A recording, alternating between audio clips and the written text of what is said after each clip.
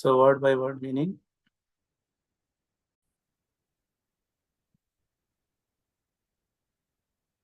Tam, him, bandhum, relative, agatam have arrived here, there. Drashtva, by seeing it. Dharmaputra, Yudhishthira, Saha, Anuja, along with his younger brothers.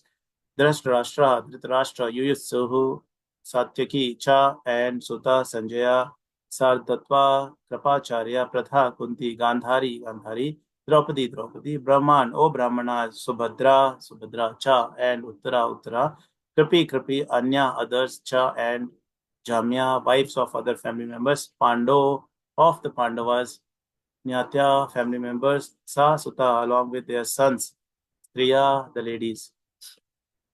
Translation and purport by His Divine Grace, A.C. Bhaktivedanta Swami Srila Prabhupada ki jai. When they saw Vidura return to the palace, all inhabitants, Maharaj Yudhishthir, his younger brothers, Dhritarashtra, Satyaki, Sanjaya, Kripacharya, Kunti, Gandhari, Draupadi, Subhadra, Uttara, Kripi, many other wives of Kauravas, and other ladies with children, all hurried to him in great delight. It so appeared that they had regained their consciousness after a long period. So today's purport is very lengthy. आज का जो purport है बहुत लंबा है, तो इसलिए हम purport के साथ साथ आगे बढ़ेंगे और काफी कुछ सीखने के लिए है। तो आज का स्पेशल टॉपिक लेडीज के ऊपर है, स्त्रियों के ऊपर, क्योंकि अक्सर ऐसा कहा जाता है कि इस्कॉन या फिर हमारा सनातन धर्म क्या करता है, लेडीज को ज्यादा प्रोमिनेंस नहीं देता। इस तरह के लोग मतलब इस तरह के आरोप लगाते हैं, कभी कभी बोलते हैं जैसे कि शूद्राज और स्त्रियों को क्या होता है, उनका बुद्धि इतना पावरफुल नहीं होता। ऐसे कहा जाता है कि वो इस कॉन्सेप्ट को समझ सकें। तो कभी कभी जब हम ये कृष्णा कॉन्शियसनेस के क्लासेस जब शुरू करते हैं, भक्ति रिक्शा वगैरह, और शुरू में ये टॉपिक आ जाता है तो काफी क्लैश हो जाता है और कुछ स्त्रियां तो वहीं छोड़ देती है, अरे ये कैसे बोल रहे हैं, हम लोग तो सीईओ ऑफ द कंपनी है, ऐसे एक्सपर्ट है, और ये बोल रहे हैं कि इंटेलिजेंस कम होता है। ऐसे नहीं, ये लोग स्त्रियों को ज्यादा महत्व नहीं देते। लेकिन मैं एक लेक्चर सुन रहा था अमोघ लीला प्रभु जी का। अमोघ लीला प्रभु जी बता रहे थे अपने माँ आश्रय चैनल पर, इस्कॉन द्वारका में। तो कह रहे थे कि जो हमारा जो इस्कॉन का जो संप्रदाय है वो अक्सर देखा जाए तो स्त्रियों को बहुत ज्यादा प्रोमिनेंस देता है। तो लोगों को बात समझ नहीं आई कि ऐसे कैसे होता है, how is it possible. Then he explain very clearly, he said कि अगर आप देखोगे कि हमारा जो भगवान भगवान कृष्ण है, उन्होंने जो फाइनेंस डिपार्टमेंट दिया है, जो फाइनेंस मिनिस्टर है, जिनके पास फाइनेंस मिनिस्ट्री है, वो है लक्ष्मी देवी, जो कि एक स्त्री है। Everybody agrees to that, right? कि जो जो धन की जो देवी है वो है लक्ष्मी, जो कि स्त्री के पास, जो कि एक स्त्री के पास है। जैसे हमारे ग्रुप में एक माता जी का नाम है Dhan Lakshmi. So I used to tell her कि माता जी आप तो धन की लक्ष्मी है। सो इसी तरह से अगर आप देखेंगे कि एजुकेशन डिपार्टमेंट जो है, तो एजुकेशन डिपार्टमेंट किसके पास है? वो भी स्त्री के पास है, जो कि है सरस्वती। करेक्ट? तो फाइनेंशियल डिपार्टमेंट स्त्री के पास है और एजुकेशन डिपार्टमेंट भी स्त्री के पास है। मटेरियल वर्ल्ड को जो मैनेज करती हैं, जो बॉस है मटेरियल वर्ल्ड की, अभी दुर्गा पूजा का टाइम चल रहा है, तो हम जानते हैं कि सबको सबसे ज्यादा प्रोमिनेंस दिया गया है दुर्गा देवी को। करेक्ट? मटेरियल वर्ल्ड को। हाँ, भगवान शिव भी उनके साथ मैनेज करते हैं, लेकिन आपको पता है भगवान शिव को इतना ज्यादा फैसिलिटी नहीं दी गया है। एक डिवोटी बता रहे थे कि भगवान शिव को उनके गले में सांप डाल करके उनको बैठा दिया, तो फिर कैसे उनको कंफर्ट रहेगा। ऐसे करके फन कर रहे थे, मजाक कर रहे थे। तो दुर्गा देवी है, दुर्गा देवी को भी बहुत महत्व दिया गया है, लक्ष्मी देवी को दिया गया है, सरस्वती को दिया गया है। और आफ्टर ऑल जो होम मिनिस्ट्री है, आपको पता है होम मिनिस्ट्री किसके पास है? भगवान श्री कृष्ण का होम मिनिस्ट्री, भगवान श्री कृष्ण का जो होम मिनिस्ट्री है वो राधा रानी के पास है। तो देखिए, सारी तरफ से अगर आप देखें तो स्त्रियों के पास ही सारे डिपार्टमेंट हैं, और इसलिए स्त्रियां बहुत बहुत ही ज्यादा प्रोमिनेंट है, बहुत ज्यादा इंपॉर्टेंट है हरे कृष्ण आंदोलन के लिए। हम लोग और भी अगर देखें प्रभुपाद के समय पर कुछ ऐसी स्त्रियों के नाम हैं, जैसे माता जी हैं, जैसे यमुना माता जी हैं, और एक छोटी बच्ची जो थी उस समय सरस्वती जिनको बोलते थे। इस तरह से बहुत सारी स्त्रियां ऐसी हैं जिन्होंने प्रभुपाद के मिशन में बहुत बड़ा योगदान किया। अब प्रश्न ये आता है कि जब हम ये रोल मॉडल स्त्रीज को देखते हैं, लेडीज को देखते हैं, तो क्या हम भी मतलब I am talking from the ladies point of view, कि they can also become role model. जैसे हमने एक I am forgetting the name of the devotee, उनका क्या था कि वो गीत गोविंद लिख रहे थे, आई थिंक। हाँ, यस। तो वो काफी लास्ट पैराग्राफ लिखना बाकी था, तो वो स्नान करने के लिए जाते हैं, और तब क्या होता है, भगवान श्री कृष्ण आते हैं और उनका ही रूप लेकर के आ जाते हैं, और वो लास्ट वाला जो है पैराग्राफ वो कंप्लीट करते हैं। और फिर जो उनकी जो पत्नी होती है, आई थिंक जयदेव, तो उनकी जो पत्नी होती है वो उनको भोजन कराती है, और फिर वो चले जाते हैं भगवान कृष्ण। और फिर बाद में जब उनके पति आते हैं तो वो बोलती हैं कि आपने तो पूरा कर दिया इसको, तो बोलते हैं, मैं तो आया ही नहीं।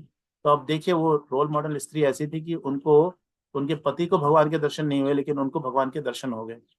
तो ये है, होता है महत्व, जब हम अपना आचरण अपना अच्छा रखते हैं और उच्च कोटि का रखते हैं, when we keep our behaviour as per the Vaishnava standard and remain humble, then we get a lot of returns, something which we cannot even imagine, because भगवान श्री कृष्ण तो बहुत दयालु हैं, परम दयालु। he is very very very very humble, very very caregiver.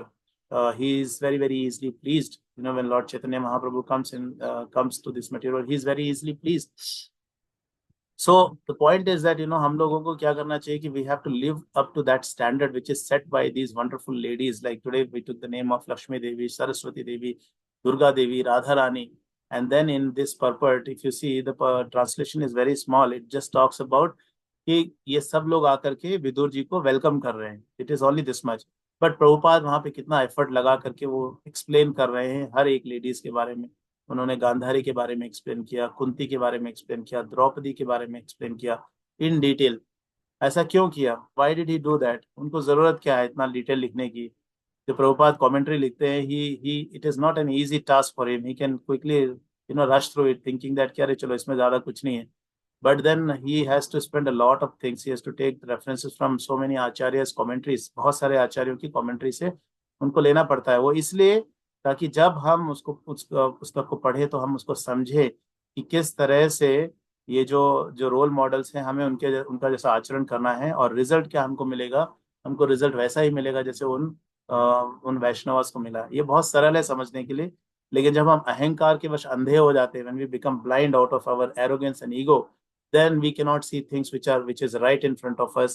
And that is the biggest punishment which Krishna gives to the people who become arrogant, who lose their gratitude, जिनके मन में बिल्कुल भी दया, करुणा और ग्रेटिट्यूड नहीं है, जो अपने को ही कर्ता समझते हैं। ऐसे लोगों को भगवान यही पनिशमेंट देते हैं कि उनके सामने चीज रहती है और उनको समझ नहीं आता। तो मैं एक स्टोरी बताऊंगा, विश्वामित्र की स्टोरी है। तो Vishwamitra, I was telling this story to some of my members yesterday and last Sunday, because बहुत इंटरेस्टिंग था। I had heard from Radhe Shyam Prabhu's class. तो विश्वामित्र की स्टोरी इस तरह से है कि विश्वामित्र पहले राजा थे, he was a king. And एक बार क्या करते हैं, वो जाते हैं इनके आश्रम में, वशिष्ठ मुनि के आश्रम में जाते हैं। और काफी ज्यादा सैनिक थे, लेकिन वशिष्ठ मुनि के लिए मुश्किल नहीं था क्योंकि उनके पास कामधेनु थी। तो वो गाय ऐसी थी कि वो केवल मिल्क नहीं देती थी, वो eating food products and lot of things, capable of so many things. तो जो ये ऋषि होते, ये जो विश्वामित्र होते हैं, ये उस समय राजा होते हैं, और ये अट्रैक्ट हो जाते हैं कामधेनु से कि अरे मैं तो राजा हूँ, तो ये मेरा अधिकार है कि मेरे राज्य में जो कुछ भी है वो मेरा ही हो। तो instead of giving thanks to Vashishtha, he had a desire to take away the cow. But Vashishtha बोलते हैं कि ये गाय तो हमारी ऋषियों की सेवा के लिए है, ये हम आपको नहीं दे सकते, हमें क्षमा कीजिए। But then Vishwamitra was very arrogant, say no, I am going to snatch it. तो वो क्या करते हैं, वो अपनी पूरे आर्मी को बोलते हैं आप इस गाय को लेके चलो। लेकिन गाय क्या करती है, वो प्रोड्यूस कर देती है इतना बड़ा आर्मी कि विश्वामित्र पूरी तरह से पैथेटिकली ही गेट्स डिफीटेड। उनका इंसल्ट बहुत होता है और हार जाते हैं। तो ऐसा ही होता है, अगर कोई अच्छे भक्त के साथ अगर कोई छेड़खानी करता है तो उसे कुछ नहीं करना पड़ता। कृष्ण ऐसा दंड देते हैं कि वो कहीं का भी नहीं रहता, उसके पूरे जग में हंसाई होती है, और वो he is like of no place. So that's the power of a humble devotee, he has got Krishna backing him all the time. So that is the power of a humble and polite devotee, and that is why it is a good deal to become humble and polite. हम अपने arrogance से ज्यादा कुछ achieve नहीं कर पाएंगे, but अगर हम हम्बल बन जाएंगे तो हम हमारे बिहाफ में कृष्णा अचीव करेंगे। हमारे बिहाफ में कृष्ण के जो भक्त हैं वो हमारे हेल्प करने के लिए पहुंच जाएंगे। So it's an easy and good way to make progress in Krishna consciousness rather than becoming arrogant. तो विश्वामित्र वहां पर पूरी तरह हार जाते हैं, और अपनी हार को स्वीकार करने की जगह वो क्या करते हैं, ही बिकम्स एनवियस ऑफ वशिष्ठ मुनि। उनको लगता है कि वशिष्ठ मुनि ने इतनी तपस्या करके इतना कुछ हासिल कर लिया है, तो मैं भी कर लूंगा, मैं भी प्राप्त करूंगा। वो त्याग कर देते हैं अपने राज्य सिंहासन को, और वो तपस्या करने चले जाते हैं। अब याद रखिए, इनका जो फाउंडेशन है वो वही बहुत खराब तरीके से स्टार्ट हो रहा है, because he starting his tapasya because he wants to take a revenge. ऐसे बहुत सारे लोगों ने तपस्या किया जो रिवेंज कर लेना चाहते थे। जैसे हिरण्यकशिपु का एग्जाम्पल ले लीजिए, रावण का एग्जाम्पल ले लीजिए। हम सब जानते हैं कि उनके साथ अंत में क्या होता है। तो बात यह है समझने की, कहीं हम भी ऐसी तपस्या तो नहीं कर रहे हैं just for our, just because we are ignore, we are envious of some devotee, और किसी से हम चिढ़ते हैं जलते हैं, तो हम लोग कहीं ऐसा तो नहीं कर रहे हैं कि जस्ट टू शो देम कि हम भी आगे बढ़ेंगे, हम भी ऐसा करेंगे। बट अगर हम ऐसा कर रहे हैं तो हमारा फाउंडेशन विश्वामित्र के जैसे वीक होने वाला है। It is going to be very very weak, and the end result is same like which happened to Vishwamitra. Radheshyam Prabhu कहते हैं कि विश्वामित्र ने तपस्या किया 10,000 साल, और जब उनकी तपस्या पूरी होने वाली थी तब वहां पर इंद्र आते हैं, और इंद्र क्या करते हैं हम सबको पता है, वो मेनका को भेजते हैं, और मेनका से डिस्टर्ब होकर के विश्वामित्र की तपस्या वहीं पर भंग हो जाती है। तो पॉइंट ये है कि वो मेनका की वजह से भंग नहीं हुई है, ये तपस्या भंग हुई है क्योंकि विश्वामित्र का फाउंडेशन ही खराब था। उनका फाउंडेशन था कि he wanted to become greater than Vashishtha, that is why he lost there, वहां पे वो बुरी तरह से हारते हैं। अब वो मेनका के उसमें लस्टी डिजायर में फंस जाते हैं, और फिर उनकी तपस्या भंग हो जाती है। फिर उनको जब रियलाइज होता है एक दो वर्ष के बाद, तो वो रियलाइज करते हैं कि अरे मैंने अपना बहुत कीमती समय बर्बाद कर दिया। वो फिर तपस्या में बैठते हैं, और इस बार फिर 10,000 वर्ष की तपस्या करते हैं। कौन? विश्वामित्र। तो जब दोबारा से तपस्या करते हैं 10,000 साल की, तब वहां पर फिर से जब तपस्या पूरी होने वाली थी तो इंद्र आते हैं, और वो एक दूसरी अप्सरा को भेजते हैं। लेकिन इस बार विश्वामित्र बहुत केयरफुल थे। He was very very careful this time, and he knew that he is not going to get caught in the lusty desires which are coming in his heart. तो इस बार वो उसके जाल में नहीं पड़ते, लेकिन वो जो अप्सरा थी वो वहां से जाती ही नहीं है, वो उनके सामने डांस करती रहती है। तब ये क्या करते हैं, ये क्रोधित हो जाते हैं। ही बिकम्स वेरी एंग्री, और क्रोध में आकर के क्या करते हैं, ये उस अप्सरा को जला देते हैं। ही destroys that that Apsara, and उसकी वजह से क्या होता है, इन्होंने जो तपस्या करके जो तपस इकट्ठा किया था, the austerity which he got, the पाइटी which he received after doing 10,000 years of तपस्या, इट गेट्स लॉस्ट अगेन। वो फिर से तपस्या का फल उनका खत्म हो जाता है। क्यों? क्योंकि इनका जो फाउंडेशन है वही अच्छा नहीं था। इनका फाउंडेशन था कि वे वशिष्ठ से महान बनना चाहते थे, ना कि भगवान की सेवा करना चाहते थे, ना कि सेल्फ रियलाइजेशन करना चाहते थे। इसीलिए इन्होंने 20,000 साल व्यर्थ किए। ही wasted is 20,000 years to just realize that the foundation should be good, and then he starts third time। और इस बार वो पूरे प्रेम भाव से वशिष्ठ मुनि से क्षमा मांगते हुए, अपनी गलती को समझते हुए दोबारा से तपस्या करते हैं थर्ड टाइम। और इस बार उनकी तपस्या सफल होती है, और रिजल्ट ये मिलता है कि उनको भगवान श्री राम का गुरु बनने का क्रेडिट मिलता है। ही becomes the Guru of Lord Shri Ram, who gives him all the training of his archery and all powerful weapons which were useful by Lord Shri Ram in his war against Ravana। तो point यही है कि हमको check करना चाहिए। गौरंगदास प्रभु कहते हैं कि it is very easy to check कि am I a sincere devotee, और am I just show off devotee and so called devotee. It's very important, क्योंकि हमें ये मनुष्य जन्म बड़ी मुश्किलों से मिला है। आफ्टर गोइंग थ्रू, प्रभुपाद कहते हैं कि कहीं हम पेड़ बन जाएंगे तो कैसा रहेगा, 1,000 years हमारे वेस्ट हो जाएंगे ऐसे ही खड़े रह करके।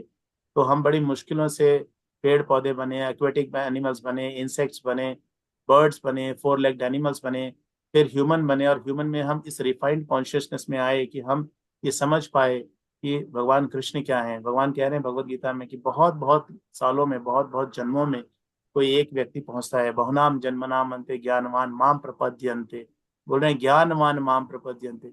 तो जब हम इस सिचुएशन में पहुंच गए हैं, तब हमको सो कॉल डिवोटी नहीं बनना है। क्योंकि अगर हमको सो कॉल डिवोटी बनना है तो लॉस क्या होगा, विश्वामित्र के जैसे हम अपना बहुत सारा समय बर्बाद करेंगे। एंड माइंड यू, विश्वामित्र के पास बहुत सारी लंबी एज थी। He had a very lengthy age, and that is why he was able to do it 2 times और 3 times। बट आपको क्या लगता है, क्या हमारी एज इतनी लंबी होने वाली है? 60-65 years max, with the kind of living we are living. But benefit क्या है कलयुग में, कि जो तपस्या करी थी विश्वामित्र ने इतने साल, वो हम बड़े आराम से एक हम्बल और पोलाइट डिवोटी बन करके कर सकते हैं। बड़े बड़े गोल ना रख करके हम अपने आप को प्योरीफाई करने के लिए पहले प्रयास करना चाहिए हमें। भगवान चैतन्य महाप्रभु कहते हैं, जन्म सार्थक करी कर परोपकारा। पहले अपना जन्म सार्थक करिए, फिर परोपकार करिए, वहां पे रुकिए मत। लेकिन अपना जन्म सार्थक कैसे होगा, अगर हम सो कॉल डिवोटी रहेंगे। अगर हम सो कॉल डिवोटी रहेंगे तो केवल हम धोती कुर्ता तिलक लगा के चल सकते हैं, हमारे बाल ग्रे हो सकते हैं, लोग हमको देख करके दंडवत कर सकते हैं, और हमको लगता है कि हम बहुत एडवांस हो गए हैं। लेकिन एक सिंपल सी चीज हमारा टेस्ट लेती है। गौरंगदास प्रभु कहते हैं कि आप अपने बारे में सोचिए कि जो आप कर रहे हो वो क्या ग्लोरिफिकेशन के लिए कर रहे हो, सेल्फ ग्लोरिफिकेशन के लिए, या फिर आप भगवान की सेवा के लिए कर रहे हो। अगर आपका आंसर है कि आप ये सेल्फ ग्लोरिफिकेशन के लिए कर रहे हो, then it's a very very bad news. क्योंकि ये सेल्फ ग्लोरिफिकेशन आपको कहीं नहीं ले जाएगा। पूजा लाभ प्रतिष्ठा इज वेस्ट, आपको नीचे गिरा देगा और आपका जो कीमती मनुष्य जीवन है वो वेस्ट हो जाएगा। इसलिए हमको सेल्फ ग्लोरिफिकेशन के लिए नहीं करना है। कई बार हम देखते हैं जब हमारी सर्विस होती है तो ऐसी सेवा जिसमें कि बहुत कष्ट होता है, जिसमें ज्यादा लोग नोटिस नहीं करते, उस सेवा में ज्यादा लोग पार्टिसिपेट नहीं करते। जैसे हमने अभी थोड़े दिन पहले किचन क्लीनिंग सेवा किया था। तो किचन क्लीनिंग सेवा में क्या होता है, काफी मेहनत होती है, बड़े बड़े बर्तन होते हैं और एक अंदर बंद कमरे में हम लोग सेवा करते हैं, ज्यादा लोग नोटिस नहीं करते। तो कुछ लोग क्या करते हैं, उसमें नहीं आते कि अरे उसमें क्या करना, उसमें तो बहुत कष्ट होगा, हमारे कपड़े खराब हो जाएंगे, लोग देखेंगे नहीं। तो उनको उसमें नहीं आते। डाइनिंग हॉल क्लीनिंग जैसे होता है जिसमें कि झाड़ू और पोछा लगाना पड़ता है, तो लोग उसमें नहीं आते। फिर टॉयलेट क्लीनिंग की सेवा तो भूल ही जाइए। मतलब जिसको अगर बोलेंगे आपको टॉयलेट क्लीनिंग करना है, डाइनिंग हॉल क्लीनिंग करना है, या फिर आपको प्रसादम सर्विंग, तो टॉयलेट क्लीनिंग में बहुत कम लोग जाएंगे। चप्पल स्टैंड सर्विस में नहीं जाते। लेकिन मैं सरप्राइज था हमारे एमजी हली में जो हनुमान जी टेम्पल में जब हम लोगों ने जन्माष्टमी किया, तो वहाँ के जो पुजारी थे जो कि हनुमान जी की पूजा करते, वो कह रहे थे कि हम आपके मंदिर में आना चाहते हैं और पूरी हमारी फैमिली के साथ आके हम सेवा करना चाहते हैं। तो मैंने बोला आप आइए, हमें बताइए, सो दैट आपको हम आपके अनुसार अच्छी सेवा दे सके। तो उन्होंने बोला जो चीज़, वो सुन के मैं सरप्राइज हुआ। उन्होंने कहा कि आप मुझे चप्पल सेवा दे दीजिए, वो चप्पल सेवा भी मैं खुशी से करूंगा, हमारे लिए सेवा बहुत इंपॉर्टेंट है। तो मैं सोच रहा था कि देखिए जो इस्कॉन में कनेक्टेड नहीं है उनके में भी इतना इतना ये है कि वो सर्विस का महत्व समझ रहे हैं। लेकिन अगर हम इस्कॉन ज्वाइन करके भी हम इस तरह से अगर एटीट्यूड वाइज रहे और सो कॉल डिवोटी बने, तो हमारी परिस्थिति उनसे भी बुरी है। फिर हमारा क्या फायदा। तो ऐसा नहीं है कि हम जब हरे कृष्ण मंत्र जप कर रहे हैं, एटीट्यूड रख रहे हैं, शो ऑफ कर रहे हैं, तो उसका बेनिफिट नहीं होगा। होगा बेनिफिट, लेकिन उसमें टाइम लगेगा। जैसे विश्वामित्र के लिए बहुत समय लगा, बहुत समय लगेगा।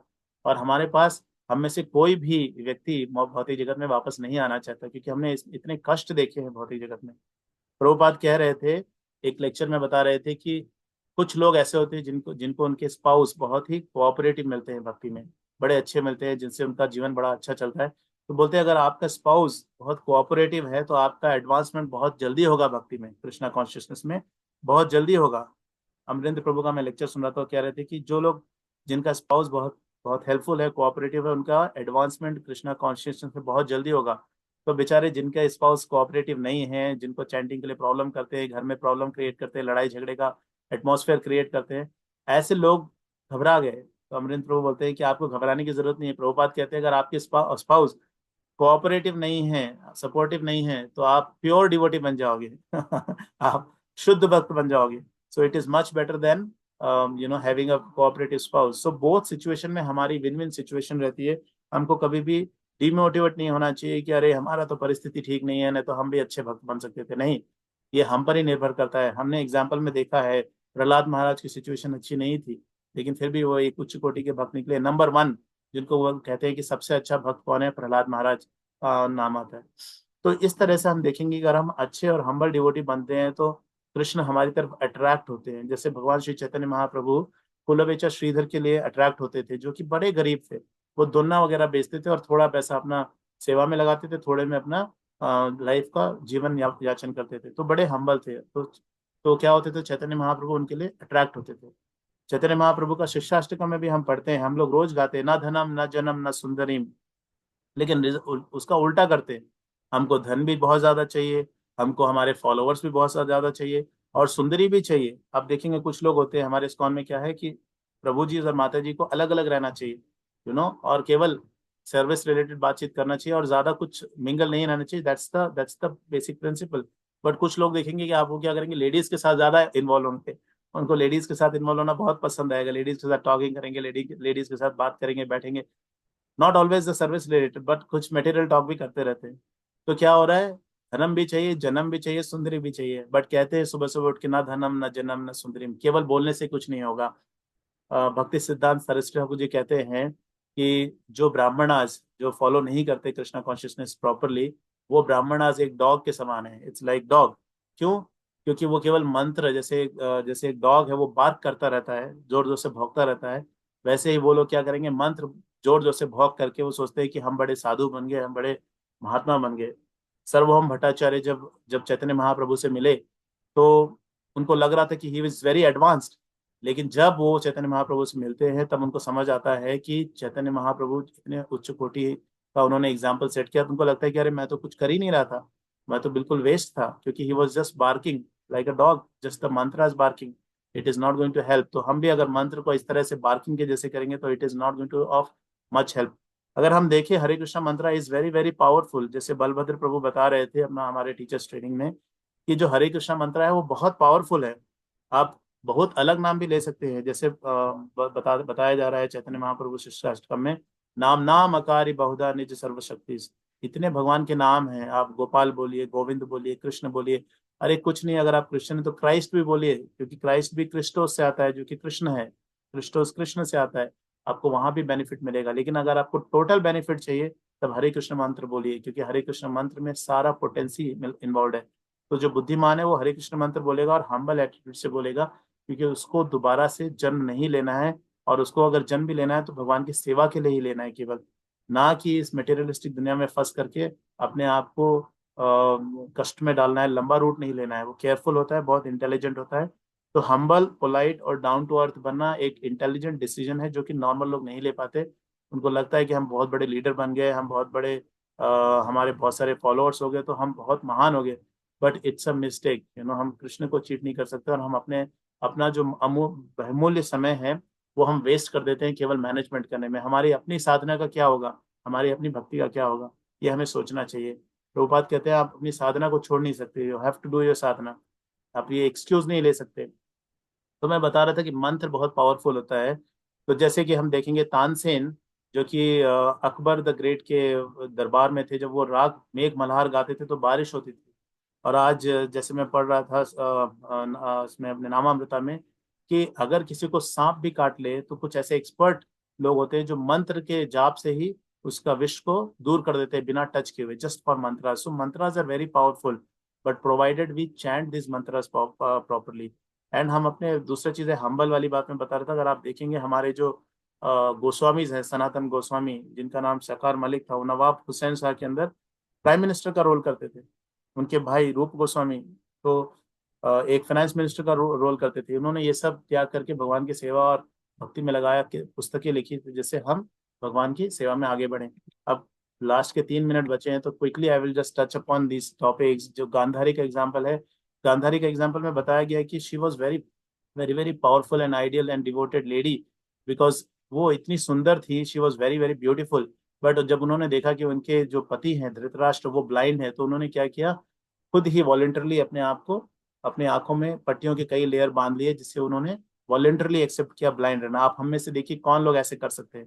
तो पॉइंट ये है कि अगर आपके पति, if your husband is a devotee of Lord, तो आपका काम केवल इतना है कि आप अपने हस्बैंड का डिवोटी बन जाइए, आप उनकी सेवा करिए। अगर आप उनकी सेवा करोगे अच्छे से तो फिर आपको 50% जो क्रेडिट आपके हस्बैंड का वो ऐसे ही मिल जाएगा। इसका मतलब ये नहीं कि आप 16 माला जप ना करें, 16 माला जप, 4 नियम का पालन तो करना ही है, लेकिन उसके अलावा भी आपको 50% क्रेडिट आपके पति देव से मिलने वाला है, क्योंकि आप उनकी सेवा कर रहे हैं, आप उनका सहयोग कर रहे हैं। इसलिए क्योंकि आप उनके आपके पति भगवान की सेवा कर रहे हैं, तो आपका केवल सहयोग ही आपको भगवत धाम लेके चला जाएगा, ज्यादा कष्ट करने की जरूरत नहीं है। और गांधारी का ये आइडियल एग्जाम्पल है, जब धृतराष्ट्र को विदुर ने बहुत बुरी तरह से डांटा कि तुम्हारी हालत एक कुत्ते के समान है जो कि भीम के द्वारा फेंके गए टुकड़े पे पल रहे हो, तब धृतराष्ट्र को समझ आया कि अरे मेरे सारे बेटे मर गए और मैं, और उनको मारने में भीम का हाथ है, और फिर भी मैं अभी भीम के द्वारा जो थोड़े बहुत जो मुझे टुकड़े मिल रहे हैं उस पर थोड़ी खुशी से मैं रह रहा हूँ। जब इस तरह से विदुर ने उनको डांटा तब फिर वो अपना अपना जो पैलेस उसको छोड़ के जाते हैं, और हम देखते हैं कि गांधारी उनके साथ जाती है। So that is the role of Gandhari, very very ideal lady. फिर हम कुंती महारानी के बारे में जानते हैं, कुंती महारानी के बारे में भी हम बहुत कुछ सुन चुके हैं। कुंती महारानी कहती है, हे भगवान मुझे कष्ट दीजिए, क्योंकि अगर आप मुझे कष्ट देते हो तो आप हमारे पास रहते हो। देखिए कितना role, powerful role model Kunti महारानी का है। फिर हम उसके बाद द्रौपदी का एग्जाम्पल देखेंगे। द्रौपदी ऐसी स्त्री थी कि जो अपने आप को अच्छी तरह से डेकोरेट सजा के नहीं रखती थी जब उसके पति वहां उनके पास नहीं रहते थे। She use to dress nicely only when her husband is around, because she wanted to dress only for there her husbands, not for just to show the people. But आप देखिए बाहर आजकल क्या हो रहा है, स्त्रियां बहुत कॉस्मेटिक्स में मेकअप लगा के बाहर जाती हैं, किसको दिखाने के लिए? Not to their husband but to show the world. So ठीक है, अगर आप ऐसे लगाते हैं तो ठीक है, लेकिन पॉइंट ये है कि बेसिक प्रिंसिपल्स डिफीट नहीं होने चाहिए। बेसिक प्रिंसिपल्स क्या है कि क्या आप भगवान का 16 माला जप ध्यान पूर्वक करते हैं? क्या आपके मन में भगवान कृष्ण चल रहे हैं? क्या आपका चिंतन भगवान कृष्ण का चल रहा है? अगर आप ऐसा कर पा रहे हैं तो फिर आप बाकी चीजें कर सकते हो। बट अगर किसी और चीजें करने की वजह से आपका बेसिक फाउंडेशन शेक हो रहा है, तो it's a bad news, because हमारा मनुष्य जीवन बहुत कीमती है। तो मैं लास्ट में ये पॉइंट बोलूंगा कि ऐसा बताया जाता है कि मनुष्य जीवन, अगर आपको एक पर्वत के समान सोना मिले, अब यहाँ पे नियर बाई अगर पर्वत देखा जाए तो जैसे नंदी हिल्स, नंदी हिल्स बहुत छोटा एग्जाम्पल होगा, it's like example of a small mustard grain in place of 150 kg rice bag. तो फिर भी मैं एग्जाम्पल के लिए समझा रहा हूँ कि अगर आपको नंदी हिल्स के बराबर भी गोल्ड मिल रहा है और बदले में आपको एक क्षण मनुष्य जीवन का मिल रहा है, तो वो एक क्षण मनुष्य जीवन का ज्यादा कीमती है rather than that Nandi Hills का जो गोल्ड है। पॉइंट इज, मनुष्य जीवन is very very important and we should not waste our life just to just getting involved in some dirty politics within the devotees, or talking ill of some Vaishnavas, because it is going to lengthen our journey। हमारा जो यात्रा है, हमारा जो मार्ग है, वो बहुत लंबा कर देंगे। और हमको जब रियलाइज होगा तो हम बुढ़े हो चुके होंगे, हमारे मुंह में दांत नहीं होंगे, हमारे चलने के लिए शक्ति नहीं होगी। तब हमको याद आएगा, अरे हमने जीवन के 40-50 साल केवल वैष्णव निंदा में लगा दिया, केवल एरोगेंस में लगा दिया। इससे अच्छा होता है कि मैं एक सिंपल डिवोटी बन करके अपना चैंटिंग, भक्ति तथा कीर्तन करता और कुछ भक्तों के साथ मिलता और एसोसिएशन लेता और भगवत धाम जाने के लिए मार्ग प्रशस्त करता। तो ये बहुत इंपॉर्टेंट है। अगर हम ऐसे बनेंगे तभी हम विदुर के लिए, जैसे आप देखेंगे युधिष्ठिर और बाकी सब लोग उनका वेट कर रहे हैं बड़ी बेसब्री के साथ, तभी हम वैष्णव लोगों का इस तरह से इंतजार करेंगे कि हमारे वैष्णव कितने महान हैं, कितने उत्तम कोटि के हैं। अदरवाइज अगर हम प्योर डिवोटी नहीं बन पाए तो हम कभी वैष्णव को वेलकम कर ही नहीं पाएंगे। हम बाहर से बोल सकते हैं कि आइए आइए प्रभु जी, आपका बहुत बहुत स्वागत है। तो ये बहुत ही एक बैड न्यूज़ है कि हम ड्युअलिटी हमको नहीं रखना चाहिए। जो भी है, गुरु महाराज भी कहते हैं स्ट्रेट फॉरवर्ड रहना चाहिए, प्रेम से बोलना चाहिए, लेकिन स्ट्रेट फॉरवर्ड रहना चाहिए। कभी किसी को धोखा नहीं देना चाहिए। बिकॉज हम सामने लोगों को बोलते हैं कि प्रभु आप बड़े अच्छे हैं, बड़े बड़े महान हैं, you are very very nice and you are my role model, but हम पीठ पीछे जाके उनकी बुराई करते हैं, which is a very bad news, because Krishna is never going to be pleased with us if we are doing this attitude. So I will stop here. I hope I have not offended anybody. This was just a realization which I wanted to share. The purpose is that we all become nice, humble devotees, and when we become humble, then we don't offend anybody. We remain calm. We don't think that we are the doers. The doers is Krishna and Guru. We are just the instruments.